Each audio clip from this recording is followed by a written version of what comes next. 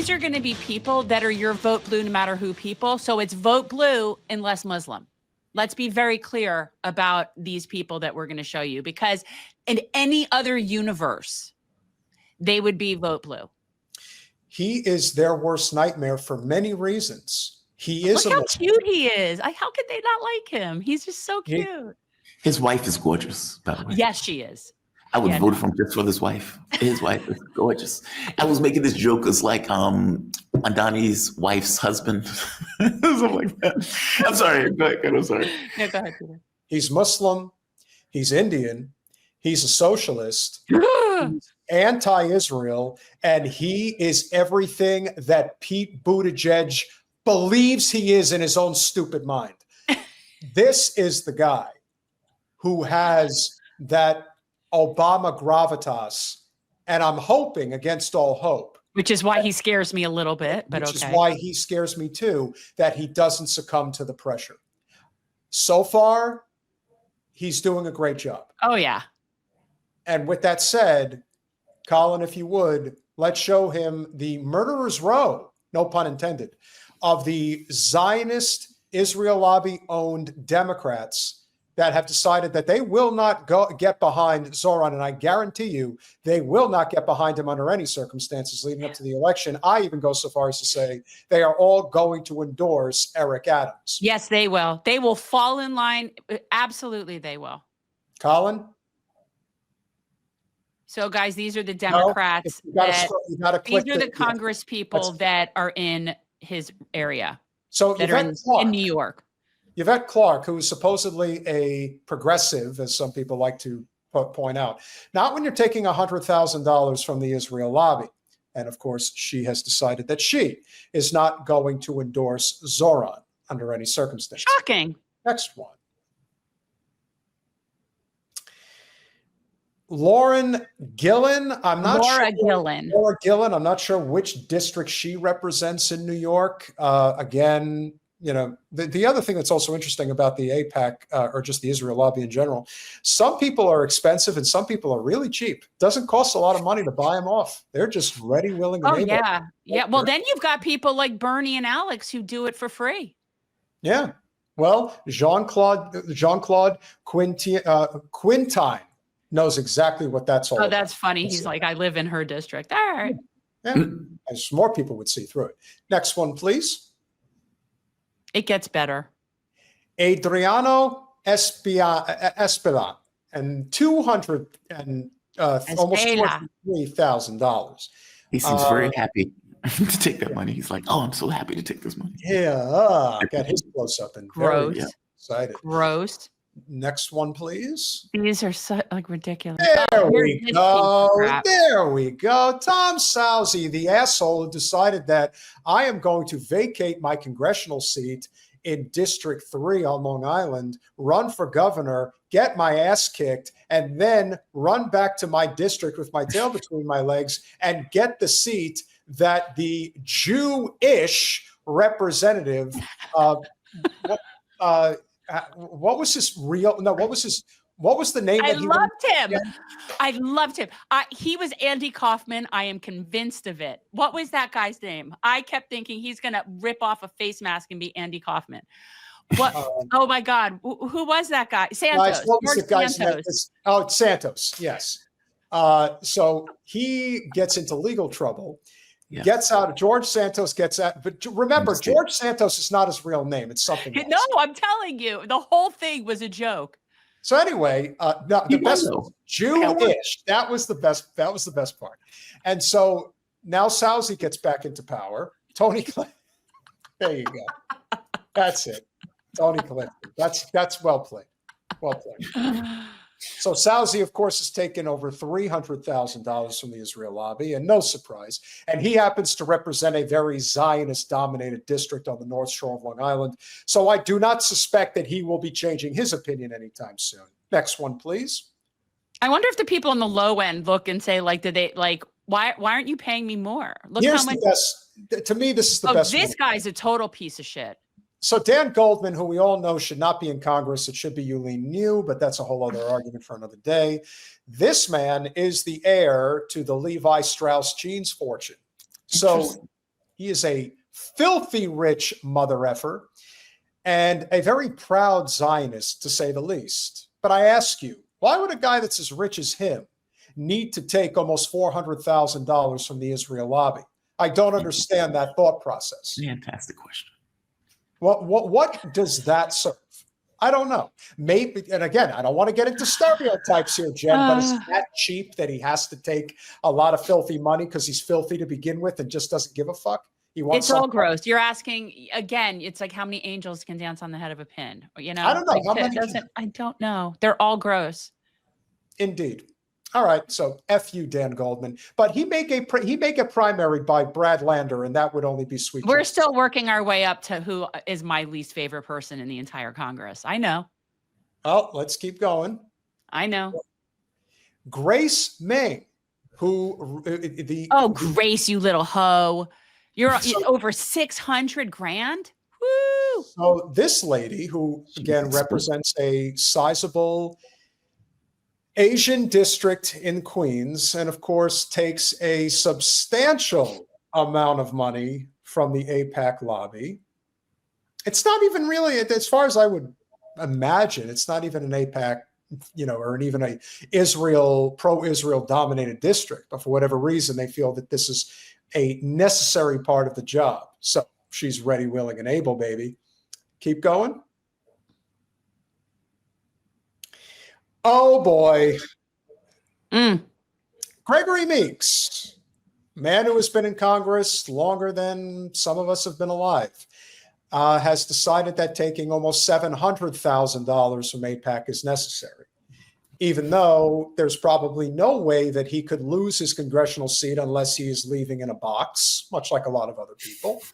And even then, well, they'll stuff his coffin with money to make sure that even in death, he supports Israel. So you got that going for you. Next one, Colin. And there you have it. It's funny. The image of Gillibrand here, it almost looks like you're looking at her 20 or 30 years into the future as like an old hospice person, because she's got that whole like drawn out face at this point. Do you see it, Jen? She's a bigot. Yeah. She's loathsome.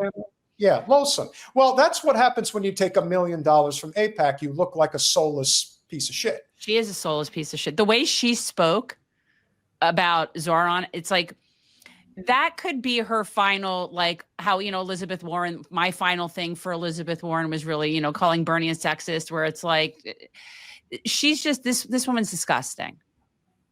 I never liked her, but she's really just unbelievably bigoted.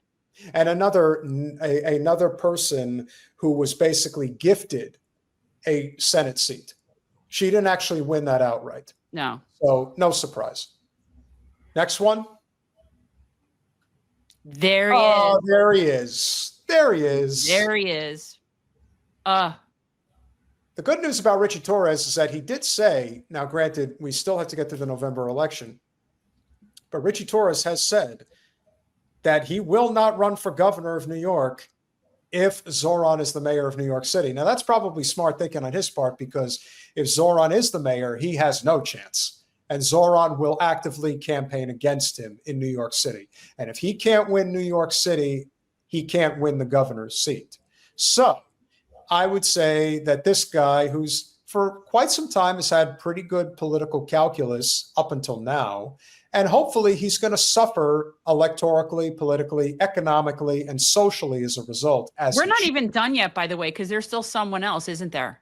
Yes, there is. Actually, there's one more person on this list and this is just Democrats in New York, in the city, that are on the take. That doesn't include Democrats elsewhere. It doesn't include Republicans. This is literally just Democrats in the New York City area that are all on the take for Israel. Who's next, Colin? There he is.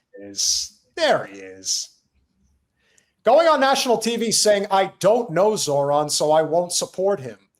I didn't know that you had to really know the person. And the thing that was so glorious about this, Jamarl, is the fact that Jeffrey said that their districts do not cross over. They do. Yeah. And the areas that Zohran won for mayor that crossed over into Jeffrey's district, he won 68% of the vote. So his own people really want Zohran as the mayor. But we all know that that's not who these federal employees answer to. They answer to corporate special interests, and in this case, the Israel lobby. But there is a king above all the others. Let's get the glasses. These are just glasses for the computer. Mm-hmm. All right. Here we go. Go one more, please. There it is. There he is. I am going to change the name of the big, beautiful bill to the big, bad bill.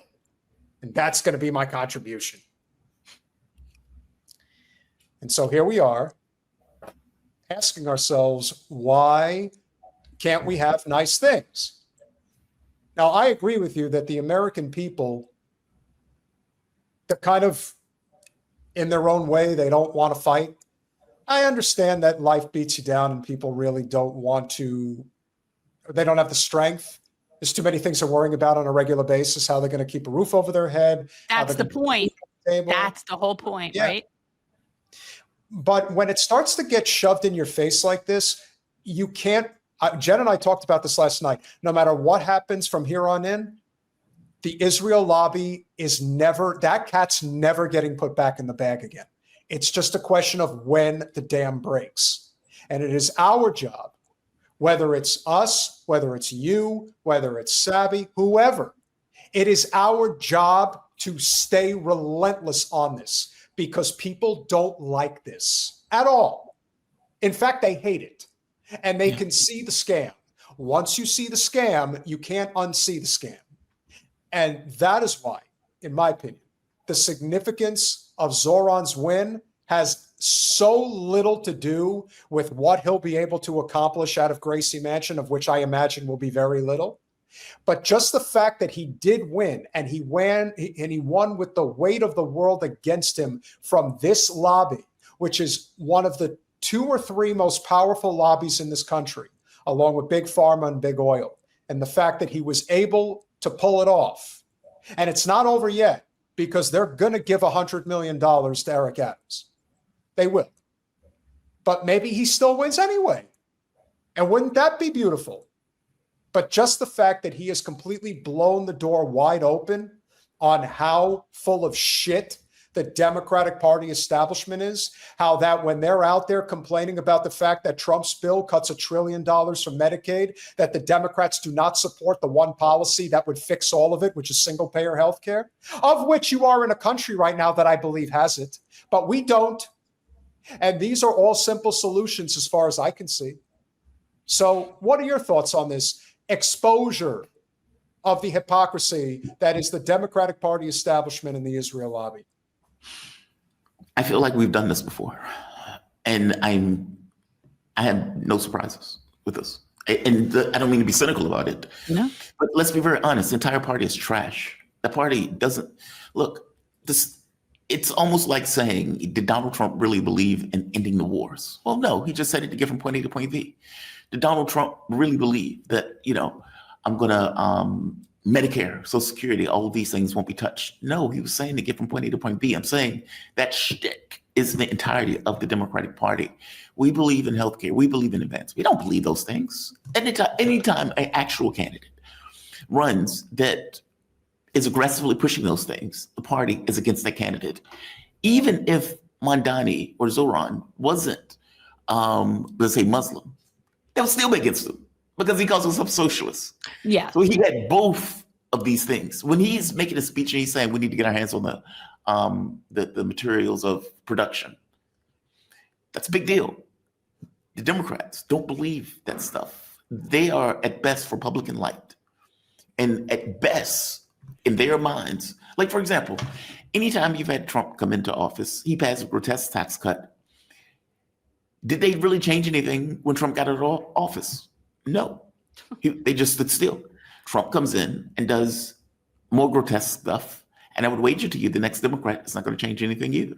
They're just standing still, meaning we're inexorably going in a particular direction with both political parties being, let's say, in the car to drive us in that road to hell. So no, they never believed those things. They never were real on those things. And the thing that is glaring, especially when Sanders ran, was the degree to which the hatred that was leveled at him more so than the Republicans. If you remember Chris Matthews making that comment, maybe it's better for Trump to win than Sanders because Sanders is going to take the party for a generation. Okay, yeah, that was their point of view. It is better off for the lefty to lose. All of this talk about blue no matter who is a con. All of this talk about we're in it together, that if you guys were in the lead, we'd back you, all of that's nonsense. It is zero sum. Either they stay in the power or they don't want anybody else to take over because that person to take over may create a movement of people that may actually want to change the context of this kind of third way Democrat thinking. So I guess I've been deadened on this because I was around with Sanders and even with Jeremy Corbyn. If you remember Corbyn's own party, that weasel, that, with the charisma of a damn condom, had went out and put a knife in his own guy. And Jeremy Corbyn was too weak to do anything about it and too weak to even really say anything about it. Same like Sanders, too weak to do anything about the fact that his party was putting a knife in him. And my fear for Zohran is he weak in that way? Meaning, I know you guys don't think that he would advertise or push for another Democrat to take over. He may do that. He may do that. I don't know. I reserve all judgment about if he turns out to be another AOC or whatever. I have no thing. But the only thing that I do think is different with him is that it's a mayor seat versus a legislative seat where you're one of how many people. And when you're in a position, especially when we're dealing with local, there is an opportunity to successfully implement things that other people can then see. Whereas you get somebody in Congress, even with the best intentions, what are they doing? So that's the only thing, is that if he stands firm in that chief executive role, he actually could get some stuff done.